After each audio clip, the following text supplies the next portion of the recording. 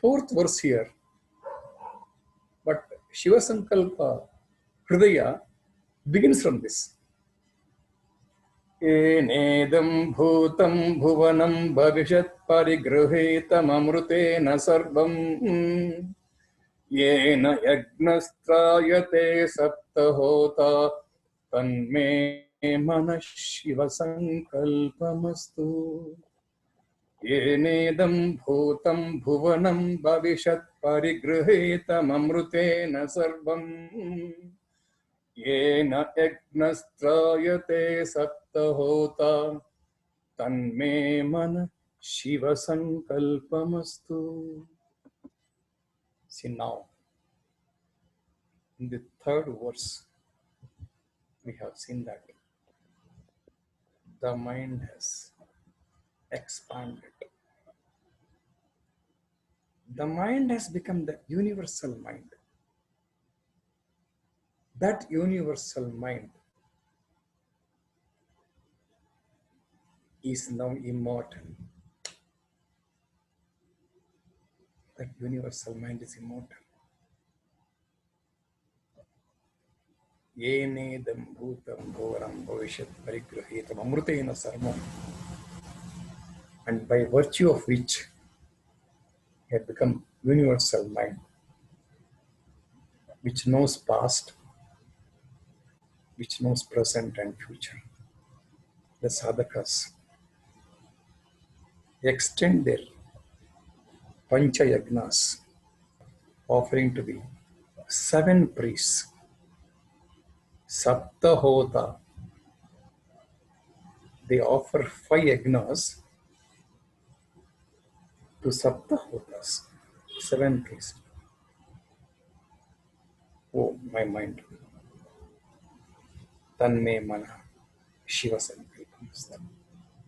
Oh mind, may you ever dwell only in auspicious thoughts. In the last verse, we know that when the mind becomes subtle, as space, it acquires the expansiveness and begins to fly in the sky outside the body. This is very simple. This is very simple. It has been told to us many times. Even in Manisha Panchakash Manisha. It's an experience also. Space. That should happen to our mind. All of us know it. Consider an empty pot of mud. Is it not that space in that? Yes. Is it not space outside? Yes. There is space within this pot as well as space outside the pot.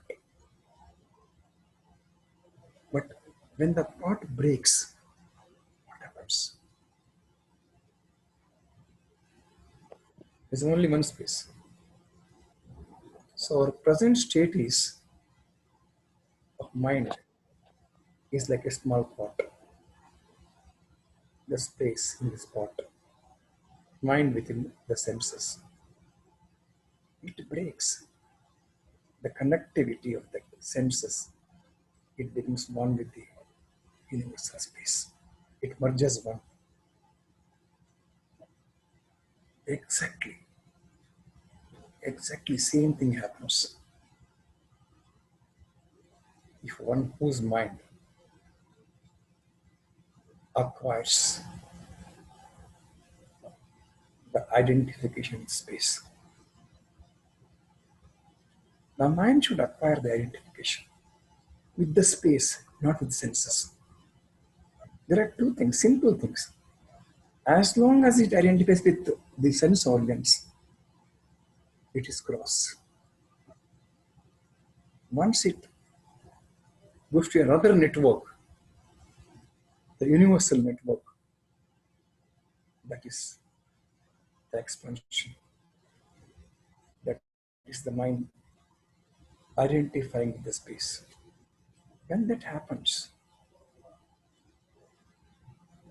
the senses or body, etc., becomes above ordinary human consciousness. The human consciousness is limited to the mind and the senses connectivity. When it expands, it is far above the ordinary human consciousness. And such a mind that acquires the timeless state. See, I am connecting to time and space here. When it expands, when it becomes beyond the human consciousness, then it acquires the timeless state. That's what Bhutam Bhavishyat Parigruhita Amrutena Sarvam. When it is untouched by, or when it's acquires timeless, see, it has attained, it will become one with the space. Once it becomes one with the space, it acquires the timeless state. The timeless state is not touched by past, present, future. All this present, past, future is identified with time only. The present, because I'm trying to explain time. I'm identifying with the time. When I say past, next 1 minute before, so time.